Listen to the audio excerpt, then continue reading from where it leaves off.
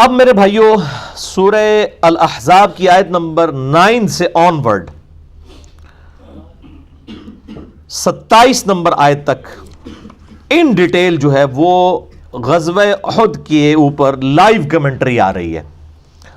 اور سورۃ الاحزاب کا نام بھی سورۃ الاحزاب اسی لیے ہے کہ غزوہ خندق جو ہے اسے غزوہ احزاب بھی کہا جاتا ہے. حزب عربی میں کہتے ہیں گروہ کو، جماعت کو، چونکہ اس میں کئی ایک گروہ مشرکین عرب کے بھی اور یہودیوں کے، انہوں نے مشترکہ پلان کر کے مسلمانوں کے اوپر ایک جنگ تھوپ دی. اور یہ مشرکین عرب اور یہودیوں کی ایک آخری کوشش تھی کہ کسی طریقے سے اسلام کا جو ہے یہ معاملہ صاف کر دیا جائے. اس اعتبار سے یہ نبی صلی اللہ علیہ وآلہ وسلم کی جتنے بھی غزوات ہیں ان میں اہم ترین غزوہ ہے. اور اس غزوے کے بعد نبی صلی اللہ علیہ وآلہ وسلم نے یہ خوشخبری سنا دی تھی اپنے اصحاب علیہم رضوان کو کہ اب دوبارہ مشرکین عرب میں جرت نہیں ہوگی کہ وہ تم پر حملہ کریں. یعنی پہلے غزوہ بدر ہوئی، پھر غزوہ احد ہوئی، پھر غزوہ خندق، اور اب کہہ دیا گیا کہ اب ان کی جرت نہیں ہوگی کہ یہ تم پر حملہ کریں، اب تم جو ہے ان کے اوپر حملہ کرو گے. اور وہی ہوا. صلح حدیبیہ ہو گئی 6 ہجری کے اندر. 5 ہجری میں غزوہ احزاب ہوا، غزوہ خندق. اور 6 ہجری اس سے اگلے سال مسلمان گئے وہاں پہ عمرے کے لیے، لیکن راستے میں پیس ایک ٹریٹی ہو گیا، ایک امن کا معاہدہ صلح حدیبیہ، اور وہ بھی بیسیکلی مسلمانوں کو ایز اے پاور تسلیم کر لیا مشرکین عرب نے. اسی لیے تو وہ ٹریٹی ہوئی، ورنہ تو ابھی تک تو وہ مسلمانوں پہ چڑھ دوڑتے تھے. جب دل کرتا تھا فوج اٹھا کے تو مسلمانوں کے اوپر مختصر سی جماعت کو ختم کرنے کے لیے مدینے کے اوپر چڑھائی کر دیتے تھے. یہ فرسٹ ٹائم تھا کہ صلح حدیبیہ کے موقع پر مشرکین عرب نے ایز اے پاور نبی صلی اللہ علیہ وآلہ وسلم اور ان کی مبارک جماعت کو تسلیم کر لیا. یہ بہت بڑی کامیابی تھی. اور اس سے اگلے سال پھر 7 ہجری کے اندر غزوہ خیبر ہوا، یعنی یہودیوں کا کلا کما ہو گیا، اور بہت بڑی فتح اللہ تعالیٰ نے مسلمانوں کو عطا کی. اور اس میں خصوصاً سیدنا علی بن ابی طالب رضی اللہ تعالیٰ عنہ علیہ السلام کی بہت بڑی کنٹریبیوشن تھی. اور اس سے اگلے سال 8 ہجری کے اندر فتح مکہ ہو گیا. یعنی یہ سال کے فرق میں پھر یہ ٹوٹل ریولوشن جو ہے وہ جس کو کہتے ہیں نا ایکسپونینشلی اس کا گراف بڑھنا شروع ہو گیا. اور 8 ہجری میں ہی غزوہ حنین بھی ہوا. اور 8 ہجری میں ہی نبی صلی اللہ علیہ وآلہ وسلم نے زید ابن حارثہ کی سرکردگی میں موتا کے لیے، غزوہ موتا کے لیے جو ہے وہ مہم روانہ کی تھی. پر وہ شہید ہو گئے، اور عبداللہ ابن رواحہ بھی شہید ہو گئے، اور خالد ابن ولید بہرحال وہ لشکر جو ہے وہ بچا کے لے آئے، چونکہ انہوں نے رومن امپائر نے نبی صلی اللہ علیہ وآلہ وسلم کے سفیر کو قتل کر دیا تھا، شہید کر دیا تھا. اور اس زمانے میں سفیر کا قتل جو ہے وہ اعلان جنگ سمجھا جاتا تھا. اس لیے آپ صلی اللہ علیہ وآلہ وسلم نے پیرلل میں اتنے محاذوں کے اوپر جنگ کھول دی. ایک طرف فتح مکہ، پھر اس کے ساتھ غزوہ حنین، اور پھر پیرلل میں غزوہ موتا کے لیے بھی روانہ کر دیا. اور پھر ظاہر ہے جب وہ واپس آئے تو وہ تو بہت بڑا لشکر سامنے سے آ گیا تھا. حضرت خالد بن ولید کی یہ بھی بڑی بہادری تھی کہ وہ اتنے بڑے لشکر میں سے اپنی فوج کو بچا کے لے آئے. پھر نبی صلی اللہ علیہ وسلم نے خود ارادہ کیا کہ اب میں خود بنفس نفیس رومن امپائر سے ٹکرانے کے لیے جاؤں گا. اور اسی سلسلے میں پھر تبوک کے لیے آپ صلی اللہ علیہ وآلہ وسلم فتح مکہ 8 ہجری میں ہوا، 9 ہجری میں تشریف لے گئے 30,000 جانثار صحابہ کے ساتھ. اور اس میں نے ڈیٹیل سے لیکچر ریکارڈ کروایا ہے، جسے شوق ہو تو وہ ضرور دیکھیں. مسئلہ نمبر 94 ہے میرا. غزوہ تبوک کے موقع پر مؤمنین صحابہ اور منافقین کے کردار کا فرق سورہ التوبہ کے کانٹیکسٹ میں نے ڈیٹیل سے، سورہ توبہ کے تو سمجھیں کہ چند آیات کے اوپر ہی میرے کتنے لیکچرز ہیں، کیونکہ سورہ توبہ بڑی کریٹیکل ہے جہاد اور قتال کے کانسیپٹ کے اعتبار سے. تو اس میں نے مسئلہ نمبر 94 ریکارڈ کروایا تھا، غزوہ تبوک کے موقع پر مؤمنین صحابہ اور منافقین کے کردار کا فرق. اور پھر اسی کانٹیکسٹ میں مسئلہ نمبر 96 بھی عظمت صحابہ، رد المنافقین اور سنی شیعہ کے اختلاف کا تحقیقی جائزہ، وہ بھی سورہ التوبہ کی آیات کے کانٹیکسٹ میں تھا کہ آپ صلی اللہ علیہ وآلہ وسلم کو کہا گیا کہ آپ کے اصحاب میں 3 گروہ ہیں، ایک تو پکے مؤمنین ہیں، اور دوسرے پکے منافق ہیں، اور تیسرے جو ہیں وہ ملے جلے اعمال کرنے والے ہیں. ان آیات کے کانٹیکسٹ میں سورہ التوبہ آیت نمبر 100، 101 اور 2 مسئلہ نمبر 96 ریکارڈ ہوا. اور اسی موقع کے اوپر اگلا 97 نمبر مسئلہ بھی میرا ریکارڈ ہوا، وہ کعب ابن مالک کی توبہ کا جو واقعہ تھا غزوہ تبوک میں، وہ جو پیچھے رہ گئے تھے. یعنی سورہ التوبہ اس حوالے سے بڑی امپورٹنٹ ہے. اس لیے اب جہاد اور قتال کے حوالے سے جتنی آیات آئیں گی اس حوالے سے میرا پوائنٹ آف ویو کیا ہے، وہ جس نے بھی سننا ہے وہ سورہ التوبہ اور سورۃ الانفال کے کانٹیکسٹ میں جو میرے لیکچرز ریکارڈ ہو چکے ہیں ان کو تفصیل کے ساتھ دیکھا جا سکتا ہے۔ بہرحال یہ یعنی ریولوشن 5 ہجری میں غزوہ خندق، 6 ہجری کے اندر صلح حدیبیہ، 7 ہجری کے اندر غزوہ خیبر، 8 ہجری کے اندر فتح مکہ، اور ساتھ ہی غزوہ حنین بھی اور غزوہ موتا بھی، اور 9 ہجری کے اندر غزوہ تبوک۔ اور غزوہ تبوک تو ہوئی نہیں ہے کیونکہ وہ نبی صلی اللہ علیہ وآلہ وسلم کو پہچان گیا تھا کیسر روم کہ یہ اللہ کے پیغمبر ہیں، اور خاص غیبی تائید حاصل ہے کہ 30,000 جاں نثار صحابہ، جن میں سے کئی ایسے ہیں جن کے پاؤں میں جوتیاں بھی نہیں تھیں، اس حالت میں وہ رومن امپائر جو دنیا کی سب سے بڑی سپر پاور تھی 1.5-2 لاکھ کی فوج کے ساتھ ٹکرانے کے لیے آ گئے ہیں، وہ 1.5-2 لاکھ کی فوج لے کے واپس بھاگ گیا، حالانکہ پہلے وہ بارڈر پہ آ گیا تھا اور للکار رہا تھا۔ پھر نبی صلی اللہ علیہ وسلم جب وہاں پہ پہنچے تو وہ بارڈر ہی چھوڑ کے پیچھے چلا گیا۔ آپ صلی اللہ علیہ وآلہ وسلم 40 دن تک وہاں پر رہے، ارد گرد کے قبائل کے ساتھ آپ نے معاہدے کیے کہ یا تو نیوٹرل رہو گے یا پھر ہمارا ساتھ دو گے، اور پھر آپ صلی اللہ علیہ وآلہ وسلم تو دنیا سے تشریف لے گئے 1-1.5 سال کے بعد ہی۔ لیکن سیدنا ابوبکر الصدیق کے دور میں پھر نبی صلی اللہ علیہ وسلم نے پہلی وصیت فرمائی تھی کہ اس طرح لشکر اسامہ بھی روانہ کرنا، اور یہ سارے معاملات شروع ہوئے۔ سیدنا ابوبکر کے دور کے اندر عرب میں جتنے فتنے ہیں ان کو انہوں نے دبایا اور پرشین امپائر کی طرف بھی افواج روانہ کر دیں، کرتے کرتے پھر سیدنا عمر کے دور کے اندر 17 ہجری تک رومن اور پرشین امپائر مسلمانوں کے قدموں میں گر چکی تھی۔ اور یہ اتنی غیر معمولی تاریخی انقلاب ہے کہ تاریخ نے اس سے پہلے نہ اس کے بعد اتنے مختصر عرصے میں کدھر 1 ہجری کے اندر صرف 125 بندے مسلمان ہیں، اور 16 سال بعد 17 ہجری کے اندر رومن اور پرشین امپائر دونوں بڑی سپر پاورز مسلمانوں کے قدموں میں ڈھیر ہو چکی ہیں، اور 3 براعظموں تک اسلام کا پیغام پہنچ چکا ہے صرف 16 ایئرز کے اندر۔ یہ وہی چیز ہے جو اللہ تعالیٰ نے وعدہ فرمایا تھا، هو الذی ارسل رسولہ بالہدی ودین الحق لیظہرہ علی الدین کلہ ولو کرہ الکافرون ولو کرہ المشرکون۔ وہی اللہ ہے جس نے اپنے محبوب صلی اللہ علیہ وآلہ وسلم کو الہدی یعنی قرآن اور دین حق کے ساتھ مبعوث کیا تاکہ اس دین کو تمام ادیان پر غالب کر دے، خواہ کافر و مشرک اس کا برا مان جائے۔ تو یہ بہت غیر معمولی جو ہے غزوہ تھا، غزوہ احزاب۔ اسی لیے اس غزوے کے بعد اس حوالے سے اللہ تعالیٰ نے اپنی کمنٹری ارشاد فرمائی، وہ سورۃ الاحزاب میں آئی، اور اسی نسبت سے اس کا نام سورۃ الاحزاب ہے۔ غزوہ بدر کے حوالے سے آپ نے سورۃ الانفال پڑھ کے دیکھ لیں، اور اسی طریقے سے غزوہ تبوک کے حوالے سے سورہ التوبہ پڑھ کے دیکھ لیں، اور یہ غزوہ خندق، غزوہ احزاب کے حوالے سے مسلسل 2 رکوع جو ہیں وہ اسی کے اوپر ہیں، آیت نمبر 19 سے لے کر 27 تک۔ تو اس کا پس منظر بھی آپ سمجھ لیں کہ غزوہ احد میں مسلمانوں کی جو 3 ہجری کے اندر واضح جو فتح تھی وہ شکست میں بدل گئی، صرف چند لوگوں کے ڈسپلن لوز کرنے کی وجہ سے، اور اس کی وجہ سے تھوڑا سا کافروں کو حوصلہ پیدا ہو گیا، لیکن نبی صلی اللہ علیہ وآلہ وسلم نے فوراً ہی اس کو اوور کم کر لیا۔ اور غزوہ احد سے جب واپس جا رہے تھے ابو سفیان اور اس کی پارٹی کے لوگ، اس وقت تک وہ مسلمان نہیں ہوئے تھے، تو آپ صلی اللہ علیہ وآلہ وسلم نے اصحاب رسول کو پیچھا کرنے کے لیے بھی بھیجا تاکہ ان کے اوپر ڈیٹرنس قائم رہے۔ اب اسی دوران جو مدینے میں یہودیوں کے قبائل آباد تھے، بیسیکلی 3 بڑے قبائل تھے یہودیوں کے، ایک تھا بنو قینقاہ جو کہ خیبر کے اندر آباد تھا، اور دوسرا بنو نضیر، نون ضاد یا را، اردو میں نزیر بھی کہہ سکتے ہیں، یہ مدینے کے اندر آباد تھا، لیکن یہ آئے دن جو ہے وہ یعنی مسلمانوں کے خلاف سازشیں کرتے رہتے تھے۔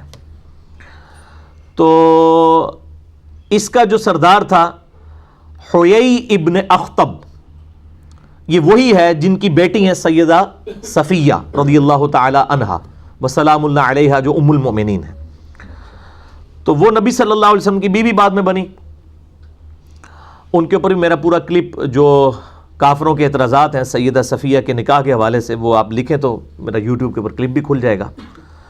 تو حیی ابن اخطب جو ہے بنو نزیر کا سردار تھا، یہ آئے دن مسلمانوں کو یعنی آپ کہیں کہ کچھ نہ کچھ انگیج کر کے رکھتے تھے، سازشیں کرتے رہتے تھے۔ تو آپ صلی اللہ علیہ وآلہ وسلم نے ایز اے لاسٹ ریزارٹ ان کو پہلے تو سمجھایا کہ ایک طرف تم نے جو ہے میثاق مدینہ کیا ہوا ہے، اوپر سے جو ہے تم اندر سے ہی مسلمانوں کی جڑیں کاٹ رہے ہو، الٹیمیٹلی آپ صلی اللہ علیہ وآلہ وسلم نے باقی لوگوں سے، باقی قبیلوں سے جو معاہدے تھے ان کے ساتھ ڈسکشن کرنے کے بعد ان کو جو ہے وہ شہر بدر کر دیا، مدینہ شریف سے نکال دیا۔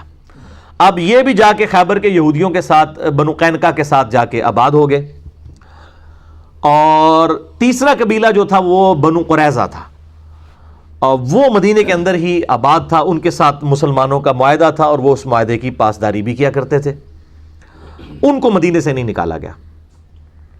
بنو نذیر کو نکال دیا گیا، بنو قینقاع جو ہے وہ پہلی خیبر میں آباد تھے، ان کی تو شامت پھر آئی نا 7 ہجری کے اندر غزوہ خیبر میں، اور ان کا بھی سارا اللہ تعالیٰ نے مسلمانوں کو فتح بھی دے دی ان کے اوپر۔ بہرحال یہ جب باہر چلے گئے، انہوں نے باہر سے سازشیں کرنا شروع کر دی۔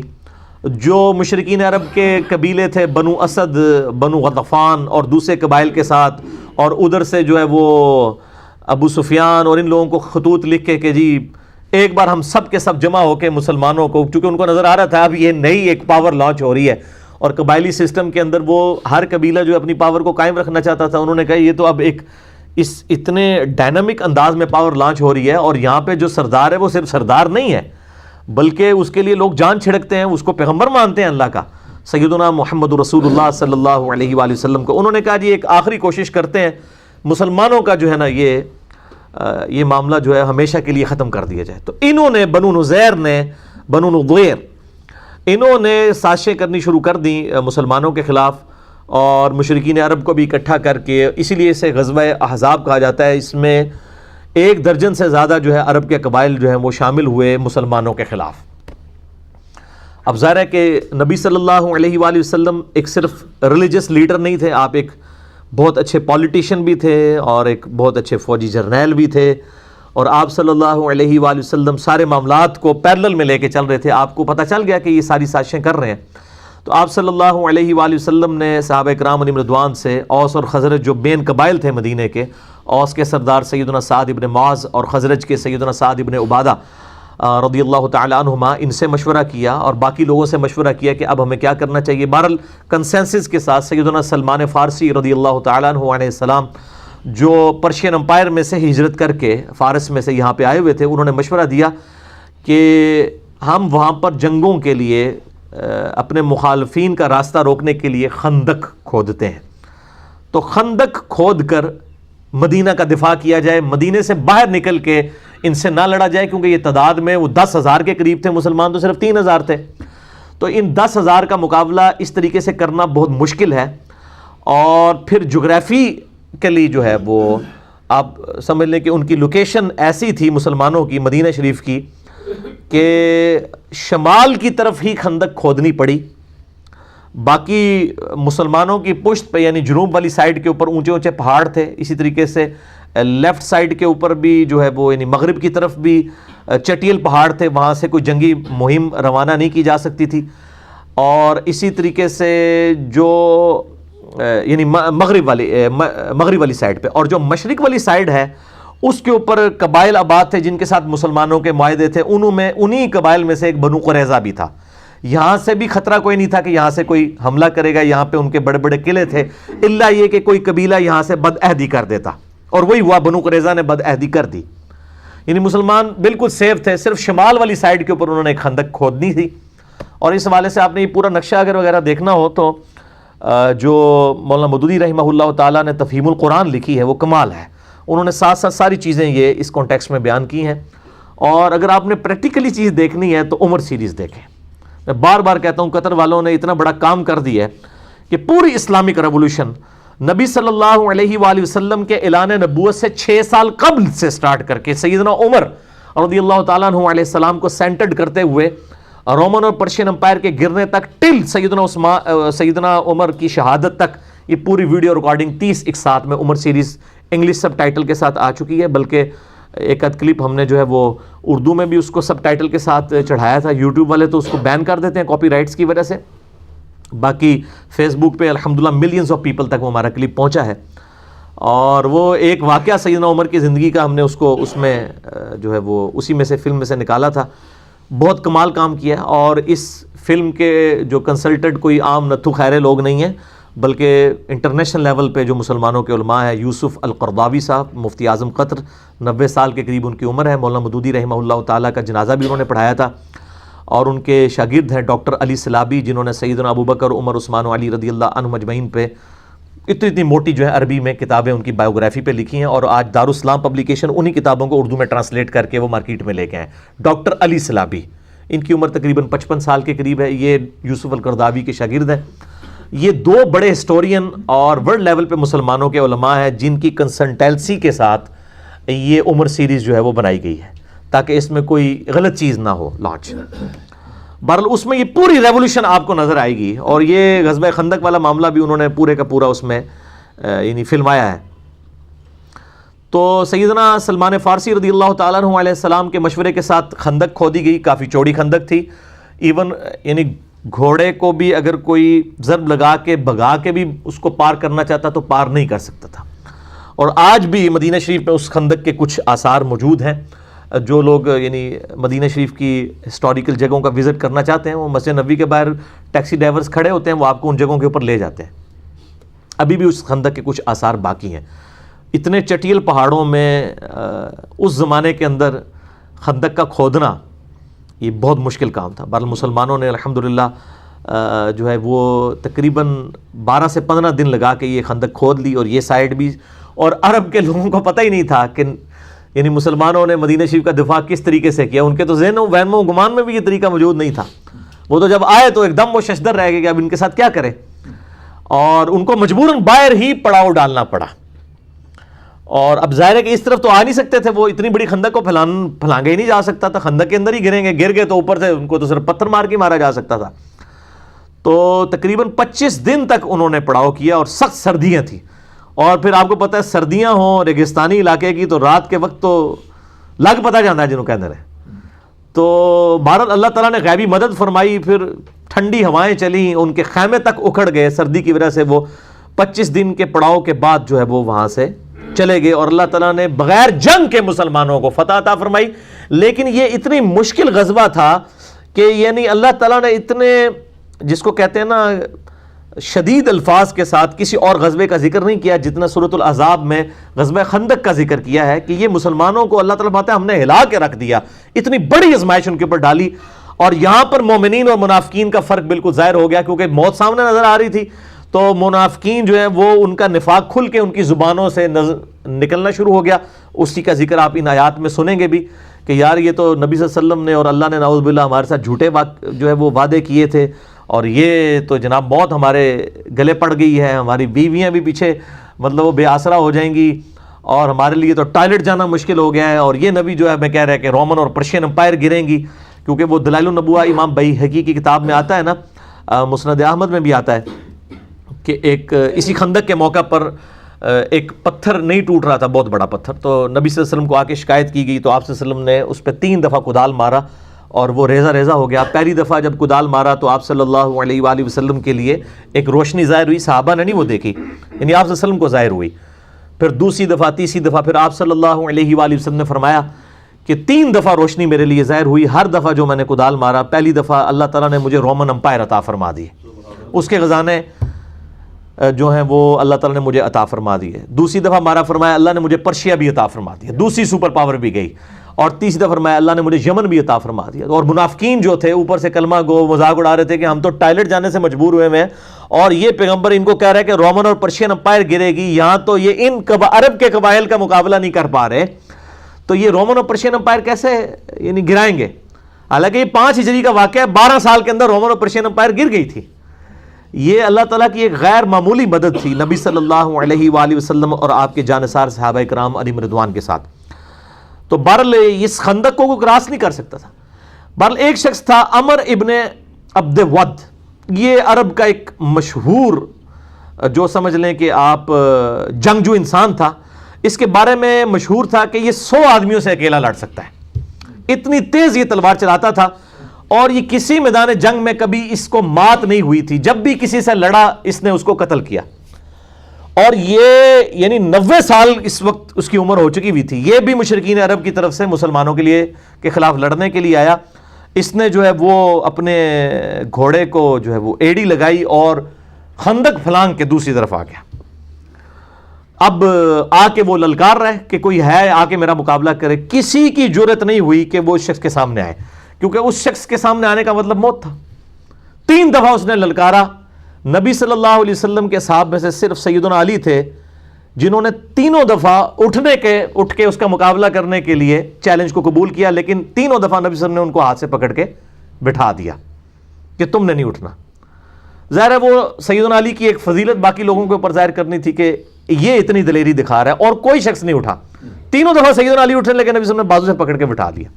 اب سیدنا علی کوئی اپنی بہادری کی وجہ سے نہیں اٹھ رہے تھے, ان کی جو اندر جو ایک پیشن اور ایمان کا لیول تھا نا, وہ یہ تقاضا کرتا تھا کہ ایسی کی تیسی اس کی. تو بہرحال 3 دفعہ بھی جب اس نے کہا تو نبی صلی اللہ علیہ وآلہ وسلم نے سیدنا علی کو یعنی روانہ کیا. اور سیدنا علی کی اس وقت آپ دیکھ لیں عمر کتنی تھی, آلموسٹ 28 سال, 27 یا 28 سال عمر تھی. یہ اس وقت کا واقعہ. تو اب وہ جب سامنے آیا تو سیدنا علی کے جو والد تھے ابو طالب, ان کے ساتھ اس کی دوستی تھی عمر ابن عبد ود کی, اور اس نے کہا کہ یار تو کیوں میرے ہاتھوں مرنا چاہتا ہے, تو کسی اور کو بھیجو, میں تمہارے ساتھ لڑائی نہیں کروں گا. تو سیدنا علی نے کہا کہ نہیں میں تیار ہوں, جب تم نے چیلنج کیا ہے تو میں مقابلے کے لیے آ گیا ہوں. تو اس نے کہا کہ میں ہر شخص کو جو ہے نا وہ 3 دفعہ مہلت دیتا ہوں اس حوالے سے کہ وہ اپنی 3 کوئی موت سے پہلے خواہشات کا اظہار کرتے, کیونکہ اس نے مرنا تو ہے میرے ہاتھوں, تو 3 خواہشات کا اظہار کر سکتا ہے, تو میں اس کی 3 خواہشات پوری کرتا ہوں. تو سیدنا علی نے کہا کہ میری پہلی خواہش یہ ہے کہ تو کلمہ پڑھ کے مسلمان ہو جا. سبحان اللہ. ٹھیک ہے, یہ دیکھیں نا تربیت کیا ہوئی ہے. کیونکہ غزوہ خیبر کے موقع پر بھی جب سیدنا علی کو نبی صلی اللہ علیہ وسلم نے بھیجا تو اس وقت بخاری مسلم میں آتا ہے کہ علی پہلے ان کو دعوت دینا, اگر تیری وجہ سے ایک شخص کو بھی ہدایت مل گئی تو تیرے لیے سرخ اونٹوں سے بہتر ہے. تو عمر ابن عبد ود نے کہا کہ نہیں میں تو ایمان تو نہیں قبول کروں گا. تو دوسرا سیدنا علی نے کہا کہ دوسری میری خواہش یہ ہے کہ تم لوگ واپس چلے جاؤ, کیوں لڑائی کے اوپر آمادہ ہوتے ہو, اور اپنے آپ کو بھی مشکل میں ڈالا ہوا ہے, ہمیں بھی مشکل میں ڈالا ہے, واپس چلے جاؤ.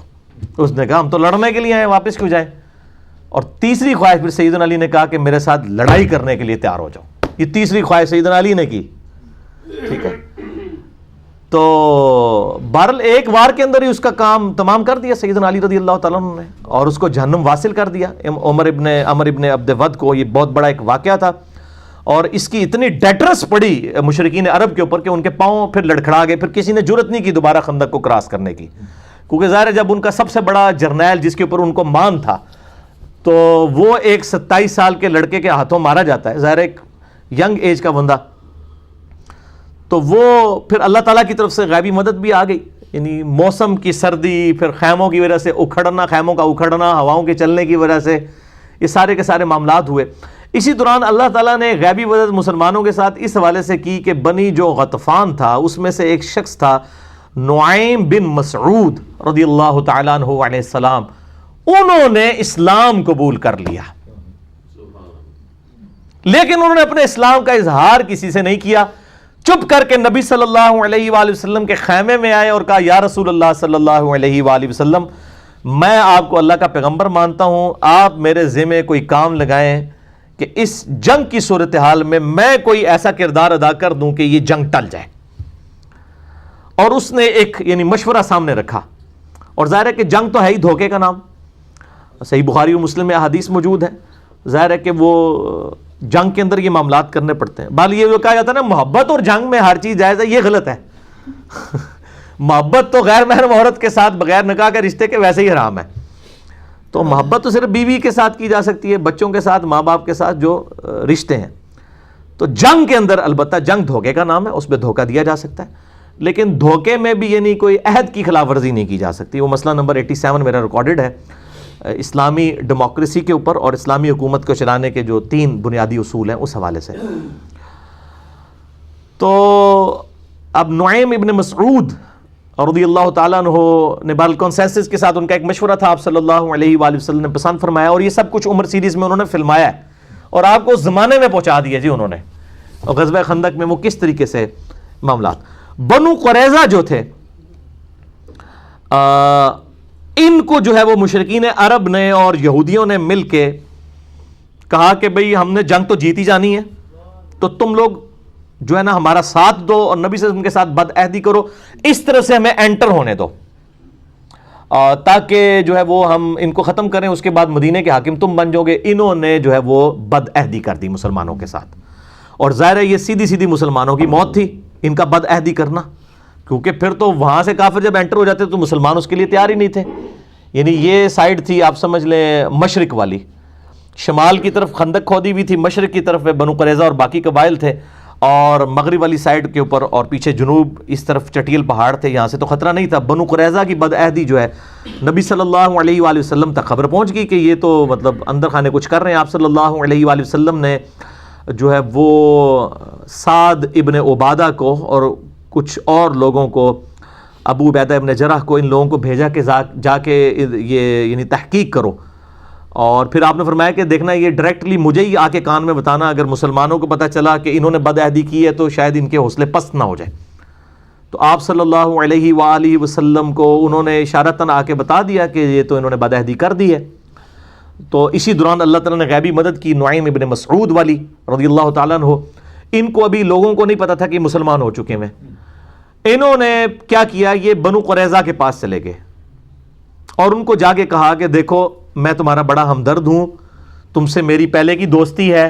اب ان کو نہیں پتا یہ مسلمان ہو چکے ہیں، اور دیکھو تم نے یہ جو نبی صلی اللہ علیہ وسلم کے ساتھ یعنی محمد کے ساتھ صلی اللہ علیہ وآلہ وسلم، نبی تو نہیں انہوں نے کہا ہوگا، بد عہدی کی ہے، تو ان تک یہ بات پہنچ چکی ہے۔ اور یہ دیکھ لینا کہ یہ قریش کے ہیں، الٹیمیٹلی قریشیوں نے قریش کا ہی ساتھ دینا ہے، ابو سفیان وغیرہ نے۔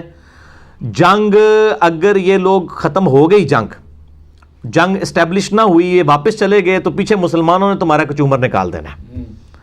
تو اس کا حل یہ ہے، اور یہ اندر سے انہوں نے پلان کر لیا ابو سفیان نے اور مسلمانوں نے مل کے اس حوالے سے، یعنی ان کو دل ان کا اس طرف سے انہوں نے کھٹا کیا۔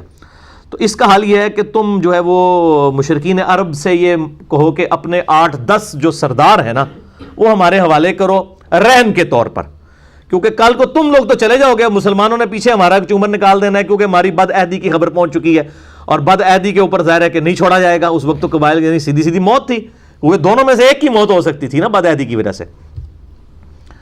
تو انہوں نے مشورہ پسند کیا، اور ادھر اسی نعیم ابن مسعود نے جا کے مشرکین عرب سے کہہ دیا کہ بھائی یہ دھیان رکھنا، تم یہ بنو قریظہ کے لوگ جو ہیں تمہارے سردار، یہ نہ ہو کہ تم سے کوئی مانگ لے۔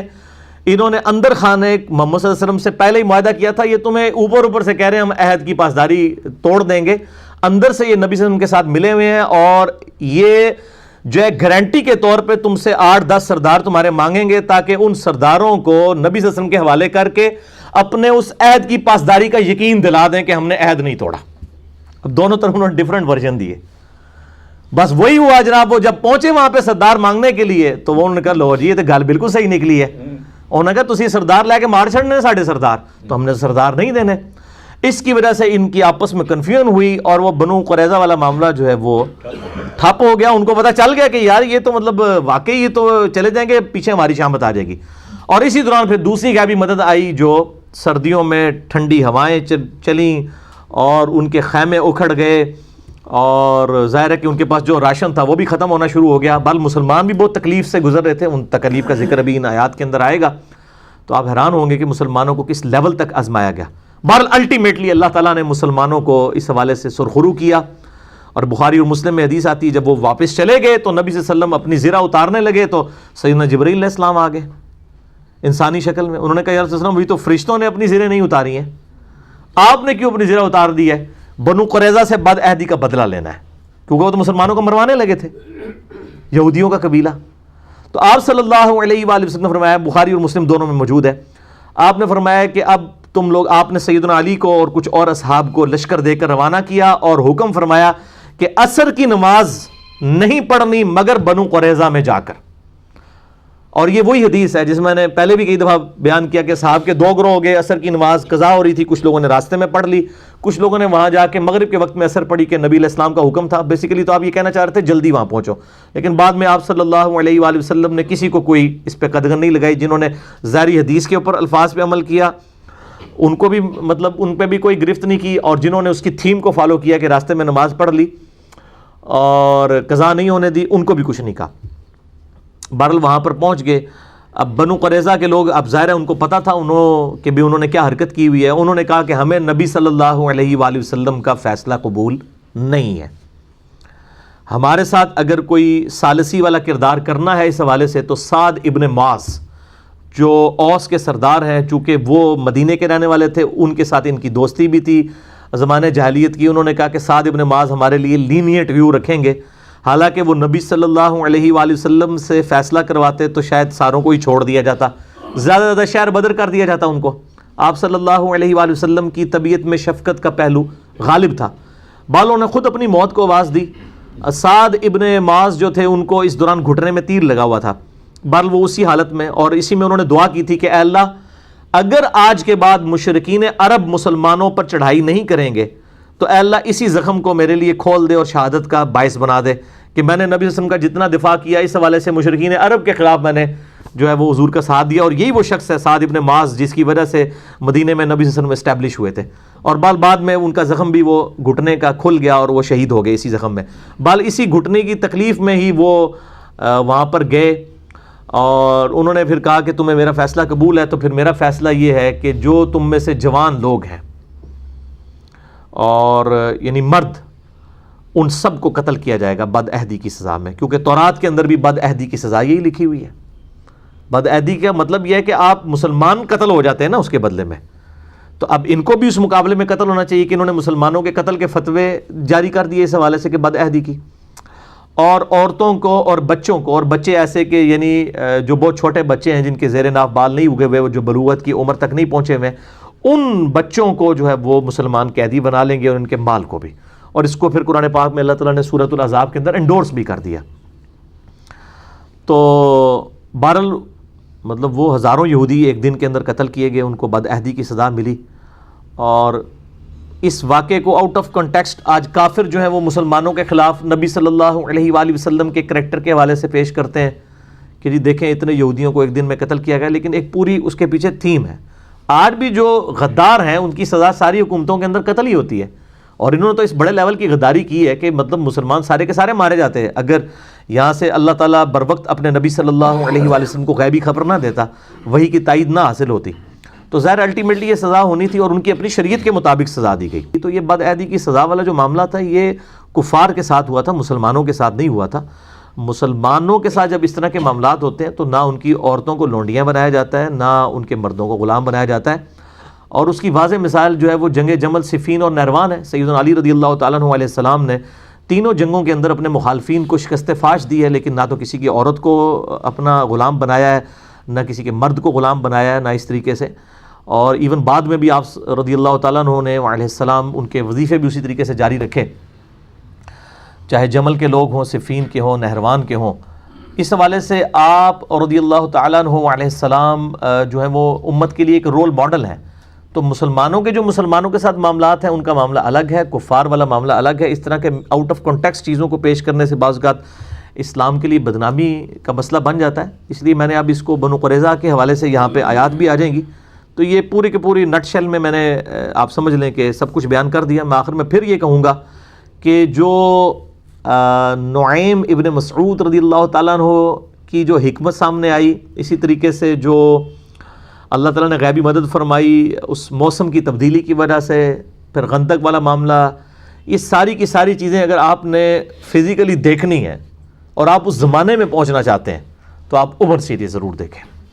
اس کے اندر یہ ساری ایون وہ خندق توڑنے والا، پتھر کے توڑنے والا اور رومن اور پرشین امپائر والی جو خوشخبری ہیں، وہ والا سین بھی انہوں نے نبی صلی اللہ علیہ وسلم کو تو نہیں دکھایا، انہوں نے باقی اصحاب کو انہوں نے سب کو دکھایا، اور کمال وہاں تک پہنچا دیا جی۔ وہ لگتا ہے کہ انسان وہاں پہ موجود ہے، یہ بہت بڑی خدمت کی ہے۔ میں کہتا ہوں عرب کے لوگوں میں بجلی بھر دی ہے عمر سیریز نے، اور اس کا جو ٹیسٹ ہے وہ عربی میں ہونا ہے، اسی لیے دیکھیں یوٹیوب نے غائب کر دی عمر سیریز، یوٹیوب کے اوپر سے بین کر دیا اس کو۔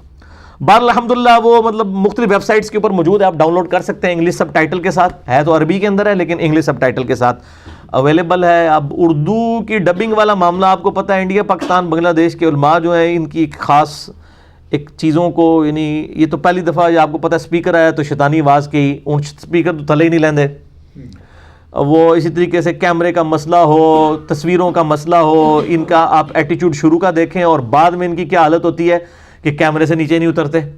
تو انشاءاللہ تعالیٰ یہ معاملات بھی ان کو آہستہ سے سمجھ آئیں گے. ان کو 25-30 سال کے بعد چیزیں سمجھ آتی ہیں. میں نے دیکھا ہے تقریباً اتنا گیپ ہے ان کو چیز سمجھ آنے میں. تو بہرحال اس وقت جو لوگ یعنی کئی مطلب لاکھوں کیا کروڑوں مسلمان ہیں جو رات کو اس وقت تک نہیں سوتے جب تک کہ ہالی ووڈ کی کوئی فل فلم نہ دیکھ لیں. تو ہم ان کو ضرور مشورہ دیں گے کہ آپ عمر سیریز تو دیکھیں. As far as picturisation is concerned کسی بھی ہالی ووڈ کی فلم سے وہ کم فلم نہیں ہے. انہوں نے واقعی اس زمانے میں پہنچا دیا ہے اور ملینز آف ڈالر خرچہ کر کے قطر والوں نے، اہل سنت ہیں اور اہل سنت کے علماء کی کنسلٹیشن کے ساتھ، ڈاکٹر علی سلابی اور یوسف القرضاوی اور باقی علماء، ان کی کنسلٹیشن کے ساتھ یہ ویڈیو بنی ہے. انگلش جس کو آتی ہے وہ سب ٹائٹل کے ساتھ اس کو روک روک کے دیکھ سکتا ہے، انجوائے کرے گا. آپ عربی بھی آپ کی بڑی امپروو ہوگی. اور عربی بھی انہوں نے وہ قرآنک عربی جو ہے وہ بادیہ نشین عربک والوں کی عربی استعمال کی ہے، وہ آپ کو ٹیسٹ فیل ہوتا ہے، آپ کو لگتا ہے آپ قرآنک عربی سن رہے ہیں. پھر جو ایک عربیوں کا سٹائل ہے، عربی یا پٹھان، ان دونوں میں ایک چیز کامن ہے، یہ آپس میں نارمل گفتگو بھی کر رہے ہو نا تو تیسرے بندوں کو آپس میں لڑتے ہوئے دکھائی دیتے ہیں.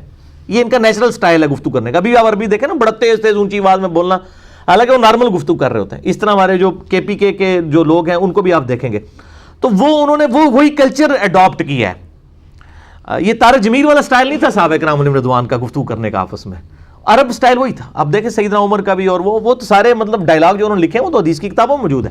وَيْحَكَ تیرا ستیہ ناس ہو. یہ یعنی ان کی ایک آپ سمجھے تقیہ کلام ہوا کرتا تھا جب بھی کوئی اس طرح کی چیزیں یعنی رپورٹ ہوئی ہیں. جیسا کہ سیدنا عمر کا انہوں نے دکھایا کہ جب وہ شہادت کے زخم میں تھے تو سیدنا مغیرہ ابن شعبہ نے وہاں پہ مشورہ دے دیا کہ آپ اپنے بیٹے عبداللہ بن عمر کو اپنے بعد خلیفہ نامزد کر دیں. اور یہ مغیرہ ابن شعبہ رضی اللہ تعالیٰ عنہ جنہوں نے حضرت معاویہ کو بھی یزید کو ولی عہد بنانے کا مشورہ دیا تھا، تو اور انہی کے غلام نے سیدنا عمر کو بھی شہید کیا تھا. تو انہوں نے اس زخم میں جب یہ بات کی تو پھر سیدنا عمر نے وَيْحَكَ، ٹھیک ہے، تباہ و برباد ہو جا تو، تیری ہلاکت ہو، تو اس طرح کے مشورے مجھے دے رہا ہے. نبی صلی اللہ علیہ وسلم کوئی بادشاہ تو نہیں تھے، وہ تو اللہ کے پیغمبر تھے. تو آپ نے پھر 6 رکنی کمیٹی بنائی جو صحیح بخاری میں آتا ہے. سیدنا علی، عثمان، طلحہ، زبیر، سعد ابن ابی وقاص، عبد الرحمن بن عوف رضی اللہ عنہم اجمعین، اور 7واں بندہ عبداللہ بن عمر کو مشورتاً شریک کیا اور کہا کہ اس کو کسی نے خلیفہ نہیں چننا، ان 6 میں سے کسی کو چننا ہے. بہرحال یہ ایک پوری ڈیٹیل، یہ ساری چیزیں جو ہیں وہ عمر سیریز کے اندر انہوں نے فلمائی ہوئی ہیں. جسے شوق ہے تو ضرور دیکھیں. اب میں نے چونکہ اتنی زیادہ تمہید اس کے اوپر میرے آدھا گھنٹے میں نے تمہید بیان کر دی ہے، اب جلدی ان آیات کو ہم کور کر دیتے ہیں. اب میں ان آیات کی تفصیلات میں نہیں جاؤں گا.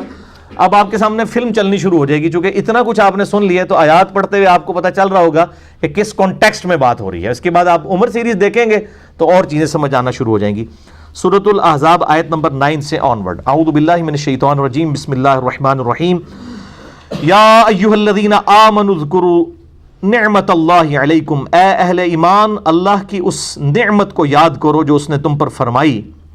اذ جاءتکم جنود فارسلنا علیہم ریحا، جبکہ کفار کے جھنڈ جو ہے تم پر حملہ آور ہو گئے، کتنے گروہ، تو ہم نے ان پر ہوا آندھی بھیج دی. وجنودا لم تروہا، اور ہم نے ایسی فوجیں تمہاری طرف سے لڑنے کے لیے ان پر مسلط کر دی جن کو تم بھی نہیں دیکھ رہے تھے، یعنی فرشتے. یہاں لوگ دعوے کر رہے ہیں جی ہمارے بزرگوں کو آگے فرشتے ملتے ہیں. یعنی صحابہ کرام سے بڑے بزرگ کون ہیں؟ اللہ تعالیٰ یعنی قرآن میں بتا رہا ہے کہ صحابہ کو بھی وہ فرشتے نظر نہیں آئے ہیں، اور یہ کہتے ہیں جناب ہم عذاب قبر دیکھ لیتے ہیں، ہم فرشتے دیکھ لیتے ہیں. یہ ساتھ ساتھ ان کے جو جھوٹ ہیں آپ قرآن سے ہی پکڑے. اسی لیے کہتے ہیں نا قرآن ڈائریکٹ نہیں پڑھنا، گمراہ ہو جاؤ گے. کیونکہ ان کو پتا ہے کہ یار یہ سب سے بڑے امت کے اولیاء تو صحابہ کرام علیہم رضوان ہیں. ان کو بھی اللہ تعالیٰ کہہ رہا ہے کہ ایسے ہم نے فرشتوں کی فوجیں بھیجی جو تمہیں نظر نہیں آ رہی تھیں. ہاں اللہ کے پیغمبر کو اللہ تعالیٰ نے وہ دکھا دی. وَكَانَ اللَّهُ بِمَا تَعْمَلُونَ بَصِيرًا، اور اللہ تعالیٰ دیکھ رہا تھا جو کچھ تم کر رہے تھے. اب یہ کتنی بڑی تسلی ہے. اگر آپ کو یہ یقین ہونا کہ جس کے لیے آپ جان دے رہے ہیں وہ آپ کو دیکھ رہا ہے تو آپ کو تکلیف محسوس ہی نہیں ہوتی. دنیا میں بھی اگر آپ کا کوئی جگری یار ہے اور آپ کو اس کی وجہ سے پٹائی ہو رہی ہے اور آپ دیکھ رہے ہیں کہ یہ دیکھ رہے ہیں مجھے کہ میں اس کی وجہ سے مار کھا رہا ہوں، تو آپ کو حوصلہ مل جاتا ہے. تو اللہ ہمارا ہم مومنین کو دیکھ رہے تھے، یعنی مومنین تسلی رکھیں، ان کی یہ قربانیاں رنگ لائیں گی. اللہ تعالیٰ ان کو جنت کی ابدی نعمتیں انشاءاللہ عطا فرمائے گا. اذ جاؤکم من فوقکم ومن اسفل منکم، جبکہ انہوں نے ہلہ بول دیا تم پر اوپر کی طرف سے بھی اور نیچے کی طرف سے بھی. اوپر کی طرف سے یعنی شمال کی طرف سے خندق کی طرف سے وہ آئے, اور نیچے کی طرف سے جو ہے وہ بنو قریظہ اور ان لوگوں کو بدعہدی پر آمادہ کر کے یہاں سے حملہ آور ہونے کی انہوں نے کوشش کی.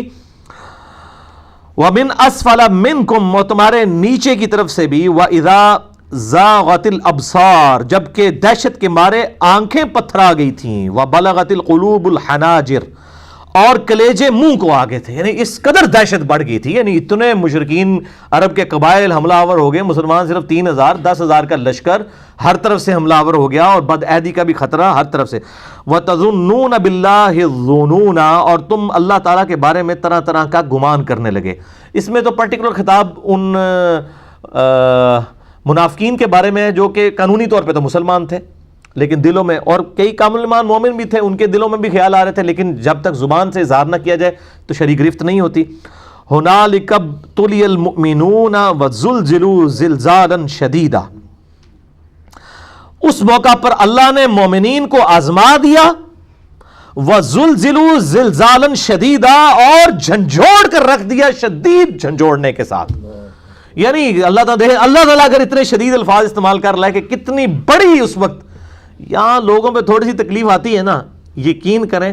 اب یہ پچھلے دنوں جو میرے ساتھ معاملہ ہوا ہے, اب کتنے جو مطلب وہ دعوت کے حوالے سے وہ ایک بڑے جس کو کہتے ہیں پھنگے بنے ہوئے تھے, بالکل ہی بیچارے ٹھوسی ہو گئے ہیں. یعنی وہ اندازہ, یعنی نام حسین علیہ السلام کا لینا اور اس طرح کی باتیں کرنا, اور پریکٹیکلی جب یعنی دعوت میں ذرا سی تکلیف آئے تو آپ کو پتہ چلے. اس لیے لوگ بڑی یعنی کہتے ہیں ہم یا اللہ کاش تیرے ہوتے جنم لیا ہوتا ہے نبی صلی اللہ علیہ وسلم.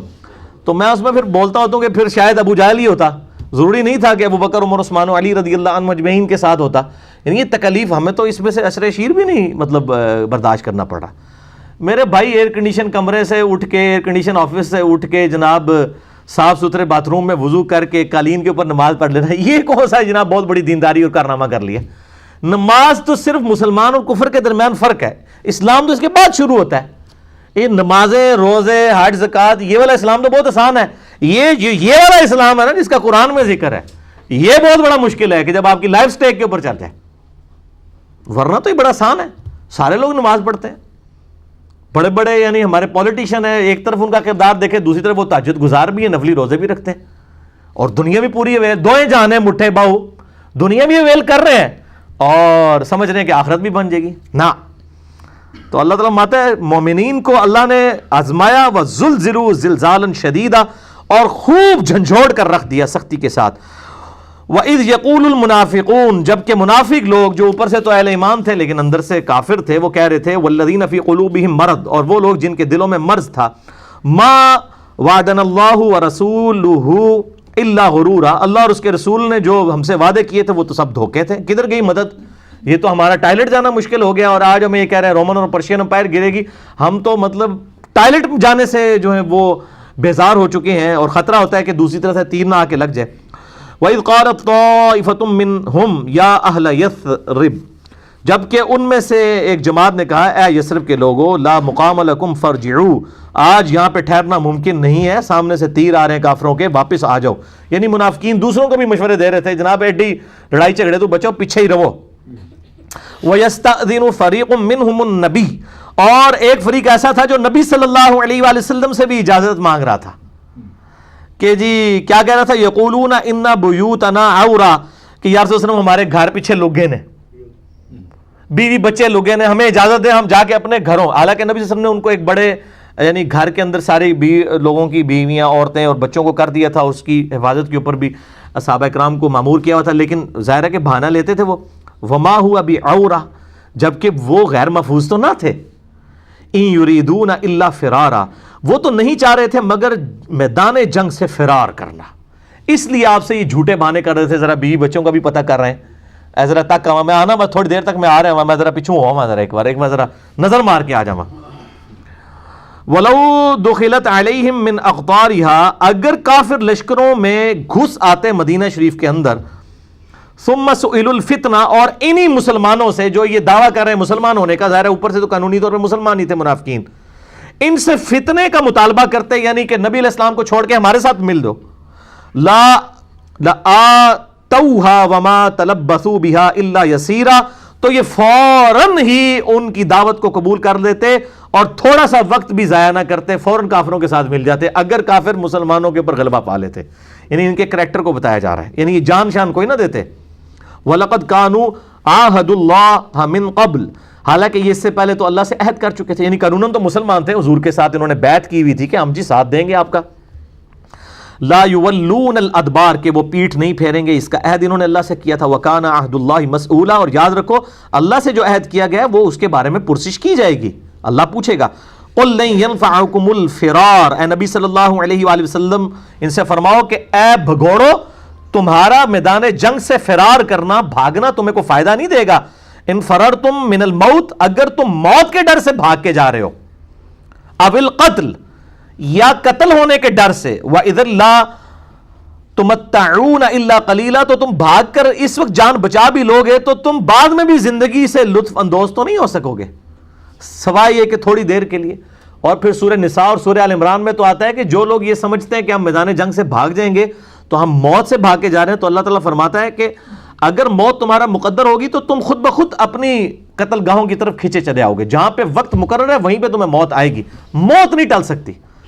پھر سورہ نساء میں ہے کہ اگر تم اپنے آپ کو مضبوط قلعوں میں بھی بند کر لو تب بھی تمہیں موت اس کے اندر بھی آ کے رہے گی.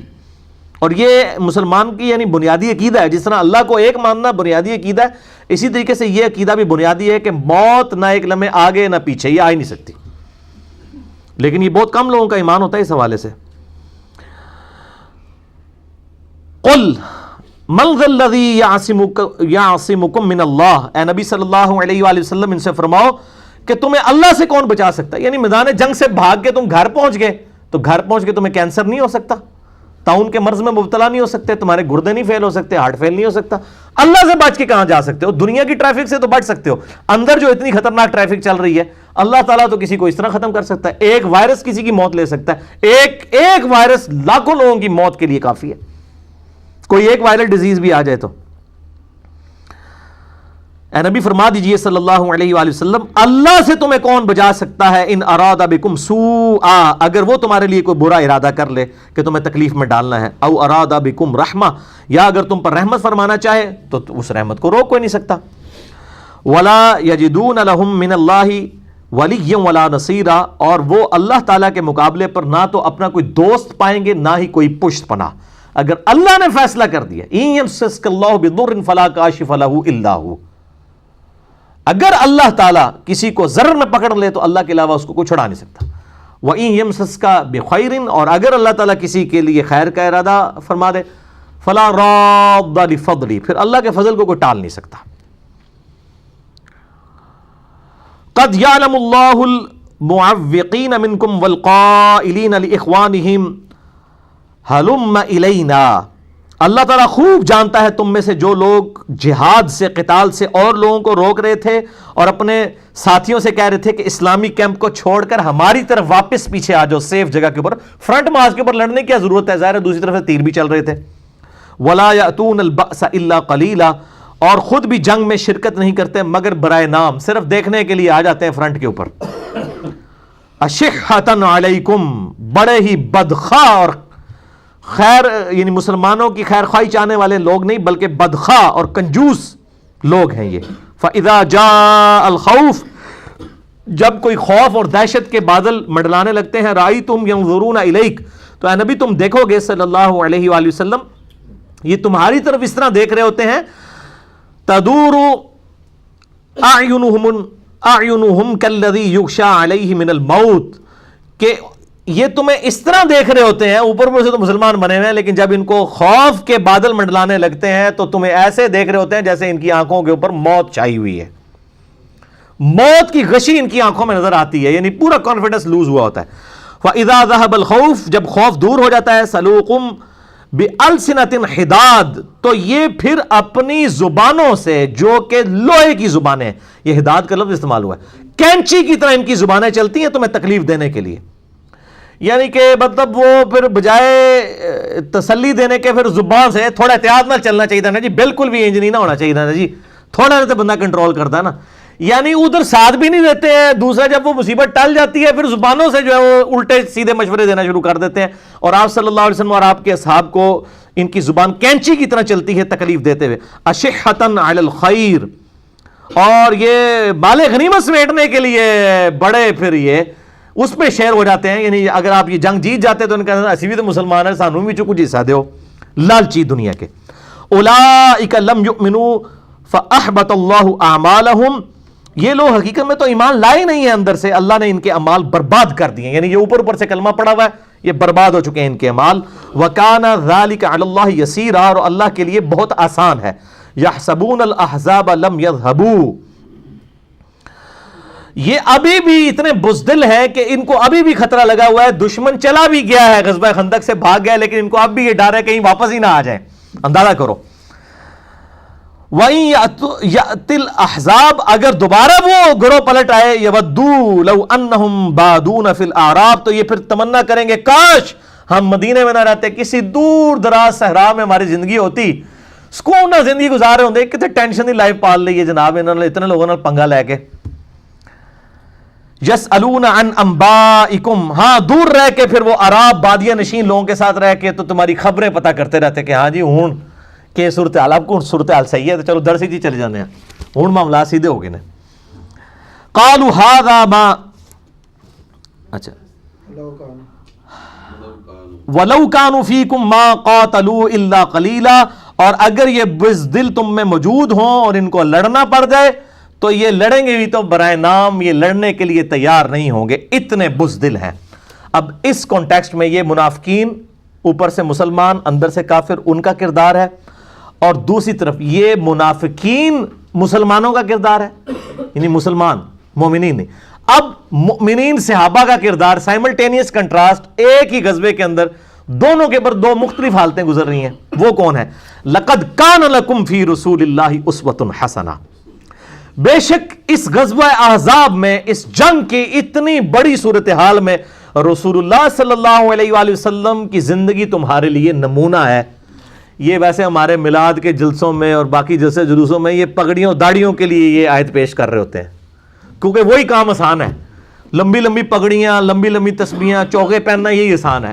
یہ لَقَدْ كَانَ لَكُمْ فِي رَسُولِ اللَّهِ أُسْوَةٌ حَسَنَةٌ آیا ہے قتال کے معاملے میں, کہ دیکھو اتنے مشکل حالات میں بھی صحابہ کرام نے ایک ایک پتھر باندھا ہوا ہے, نبی علیہ السلام نے پیٹ پہ 2 پتھر باندھے ہوئے ہیں. ٹھیک ہے, چٹان نہیں ٹوٹ رہی ہے تو آپ فرنٹ سے اپنے صحابہ کو لیڈ کر رہے ہیں, نہیں کہ پیچھے جا کے بیٹھے ہوئے ہیں. نبی صلی اللہ علیہ وسلم کی مبارک زندگی میں تمہارے لیے بہترین نمونہ ہے, اسوۃ حسنہ ہے, لیکن کس کے لیے؟ لمن کان یرجو اللہ والیوم الآخر, اس کے لیے ہے جو اللہ سے ملنے کا امیدوار ہو اور آخرت پر یقین رکھتا ہو. جس نے دنیا کی زندگی کو سب کچھ سمجھ لیا اس کے لیے نبی علیہ السلام آئیڈیل نہیں ہو سکتے, کیونکہ دنیا تو پھر کوڑیاں بھی کھاڑیاں پہن گیاں, صرف میٹھیاں نہیں ملیں گی. نبی علیہ السلام اس کے لیے آئیڈیل ہوں گے جو دنیا کی تکلیف کو برداشت کرے گا اور اللہ سے ملنے کی امید ہوگی کہ دنیا میں تکلیف ہے تو آخرت کی الٹیمیٹ کامیابی میرا مقدر ہونے والی ہے. والیوم الآخر, اور آخرت پر ایمان رکھے. وذکر اللہ کثیرا, اور اللہ کا ذکر کثرت کے ساتھ کرے. اس کے لیے یعنی ہر وقت ہر معاملے میں اللہ ہی کو یاد رکھے کہ اللہ تعالیٰ ہی میری مشکلات آسان کرے, ان مصیبتوں سے نکالے, اور اگر وہ یہ تکلیف دے کہ آخرت میں میرے درجات بلند کرنا چاہتا ہے تو میں اللہ کی رضا کے اوپر راضی ہوں.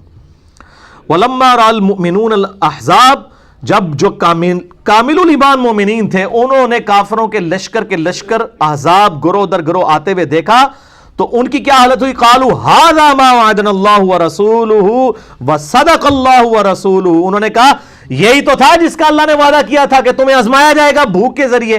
وَلَنَبْلُوَنَّكُمْ بِشَيْءٍ مِّنَ الْخَوْفِ وَالْجُوعِ وَنَقْصٍ مِّنَ الْأَمْوَالِ وَالْأَنفُسِ وَالثَّمَرَاتِ, یہ تو ہمیں شروع سے کہا جا رہا ہے کہ جان, مال, اولاد, ان سارے معاملات میں تمہیں آزمایا جائے گا. دیکھو اللہ نے آزمائش میں ہمیں ڈال دی ہے, یہ وہ آزمائش آ گئی ہے غزوہ خندق کی شکل میں. وہ غزوہ خندق کو ویلکم کر رہے ہیں کہ یہ ہماری آزمائش آئی, اب تو اس سے ہم نے گزرنا ہی ہے. اہل ایمان کی حالت تھی, اور انہوں نے کہا وَصَدَقَ اللَّهُ وَرَسُولُهُ, سچ کہا تھا اللہ اور اس کے رسول نے کہ تمہیں آزمایا جائے گا. وَمَا زَادَهُمْ إِلَّا إِيمَانًا وَتَسْلِيمًا, اور اتنے بڑے مشکل حالات میں بھی ان کا اضافہ نہیں ہوا مگر ایمان میں اور سر تسلیم خام کرنے ہی میں اضافہ ہوا. ان کے اللہ اور اس کے رسول سے متنفر نہیں ہوئے, ایمان ہی ان کا اور بڑھ گیا اور مزید وہ اللہ کی طرف جھک گئے. من المؤمنین رجال صدقوا, ان میں ایسے اہل ایمان بھی ہیں, ایسے مرد بھی ہیں جنہوں نے اپنا وعدہ سچا کر دکھایا. ما عاہد اللہ علیہ, جو انہوں نے اللہ سے وعدہ کیا تھا. فمنہم من قضا نحبہ ومنہم من ينتظر، کچھ ایسے جوان مرد ہیں جو اپنی نظر پوری کر چکے، یعنی کئی صحابہ ہیں جنہوں نے زندگی دینے کے لیے جو ہے وہ اللہ سے وعدہ کیا تھا، انہوں نے بدر میں احد میں اپنی زندگیاں دیں، اور کچھ غزوہ احزاب میں ابھی بھی منتظر ہیں شہادت کی تمنا لیے ہوئے۔ صحیح مسلم میں حدیث ہے جس کے دل میں شہادت کی تمنا نہ ہوئی وہ منافقت میں سے ایک نفاق کی شاخ کے اوپر مرا۔ ہر مسلمان کے دل میں شہادت کی تمنا ہونا ضروری ہے۔ تو اللہ تعالیٰ فرما رہا ہے کہ یہ انتظار میں ہے کہ ہم پہ کب یہ شہادت کا وقت آئے گا۔ وما بدلوا تبدیلا، اور ان کے رویے میں ذرا کوئی تبدیلی نہیں ہوئی، اتنے مشکل حالات دیکھ کے بھی انہوں نے ایمان نہیں چھوڑا، کانفیڈنس لوز نہیں کیا۔ لیجزی اللہ الصادقین بصدقہم، یہ اس لیے کہ اللہ تعالیٰ سچے لوگوں کو ان کی سچائی کا بدلہ دے۔ وَيُعَذِّبَ الْمُنَافِقِينَ إِن شَاءَ أَوْ يَتُوبَ عَلَيْهِمْ، یا پھر منافقین کو عذاب دے اگر چاہے، یا پھر ان کی توبہ قبول کرے کہ شاید منافقین بھی کوئی صحابہ اکرام کی اتنی استقامت دیکھ کے ایمان کی طرف پلٹ آئیں۔ پھر کئی ایسے ہے بھی تھے جو پلٹے بھی ہیں، یعنی کئی منافقین ہیں، خود عبداللہ ابن ابی کا جو بیٹا عبداللہ وہ صحابی تھا، رئیس المنافقین کا بیٹا۔ ان اللہ کان غفور الرحیم، بے شک اللہ تعالیٰ بخشنے والا مہربان ہے۔ دیکھیں اتنے سخت حالات میں بھی اللہ تعالیٰ جو اپنی صفت رحمت ہے اور بخشنے والی، وہ اس کو ساتھ ساتھ ذکر کر رہا ہے کہ منافقین کے لیے اب بھی دروازہ کھلا ہے، اب بھی وہ پلٹ کے آ سکتے ہیں، ہم ان کو ویلکم کرنے کے لیے تیار ہیں۔ وَرَدَّ اللَّهُ الَّذِينَ كَفَرُوا بِغَيْظِهِمْ، اور اللہ تعالیٰ نے کافروں کو ان کے غصے کے باوجود ان کو ناکام واپس لوٹا دیا غزوہ خندق سے۔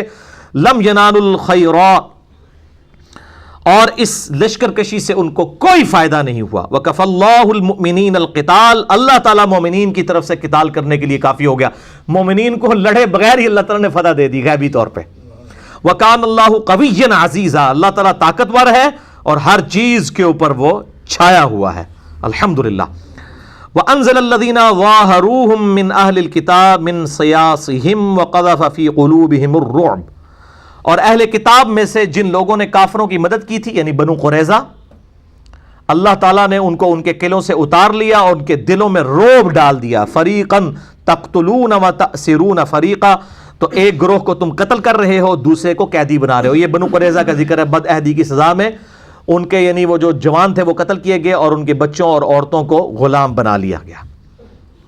وَأَوْرَثَكُمْ أَرْضَهُمْ وَدِيَارَهُمْ، اور اللہ نے تمہیں وارث کر دیا ان کی زمینوں کا اور ان کے مکانوں کا، وَأَمْوَالَهُمْ، اور ان کے مالوں کا، وَأَرْضًا لَمْ تَطَئُوهَا، اور ایسے ملک کا بھی اللہ تعالیٰ نے تمہیں مالک کر دیا جو جہاں پر ابھی تمہارے قدم نہیں پہنچے۔ اس کے اندر پریڈکشن تھی کہ رومن اور پرشین امپائر بھی تمہیں ملے گی، جو نبی علیہ السلام کی جو پریڈکشن تھی، دلائل النبوہ میں آتا ہے کہ جو پتھر نہیں ٹوٹ رہا تھا تو آپ صلی اللہ علیہ وسلم نے 3 ضربیں لگائی، تینوں دفعہ مختلف آپ کو مناظر دکھائے گئے، رومن امپائر بھی، پرشین امپائر بھی، یمن بھی۔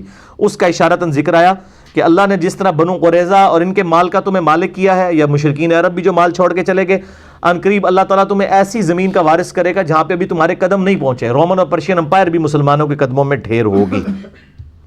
اور آپ دیکھ لیں اس واقعے کے 12 سال کے بعد دونوں سپر پاورز مسلمانوں کے قدموں میں ڈھیر ہوئیں اور 3 براعظموں تک مسلمانوں کا پیغام پہنچ گیا۔ وَكَانَ اللَّهُ عَلَى كُلِّ شَيْءٍ قَدِيرًا، اور اللہ تعالیٰ ہر چیز پر پوری قدرت رکھتا ہے، الحمدللہ۔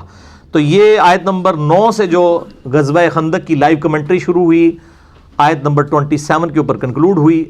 آگے آیت نمبر 28 سے آنورڈ ایک اور ٹاپک نبی صلی اللہ علیہ وآلہ وسلم کی بیویوں کے حوالے سے، آپ صلی اللہ علیہ وآلہ وسلم کی آئلی زندگی کے حوالے سے سٹارٹ ہونے جا رہے ہیں۔ وہ انشاءاللہ اگلی قرآن کلاس میں انشاءاللہ اس کو ڈسکس کریں گے۔ اللہ تعالیٰ سے دعا ہے جو حق بات میں نے کہی اللہ تعالیٰ ہمارے دلوں میں راسخ فرمائے، اگر جذبات میں میرے منہ سے کوئی غلط بات نکل گئی تو اللہ تعالیٰ ہمارے دلوں ہی سے معاف کر دے، ہمیں کتاب و سنت کی تعلیمات پر عمل کر کے دوسرے بھائیوں تک پہنچانے کی توفیق عطا فرمائے۔ سبحانک اللہم و بحمدک، اشہد ان لا الہ الا انت، استغفرک و اتوب الیک، وما علینا الا البلاغ المبین۔ جزاکم اللہ خیرا، احسن الجزاء۔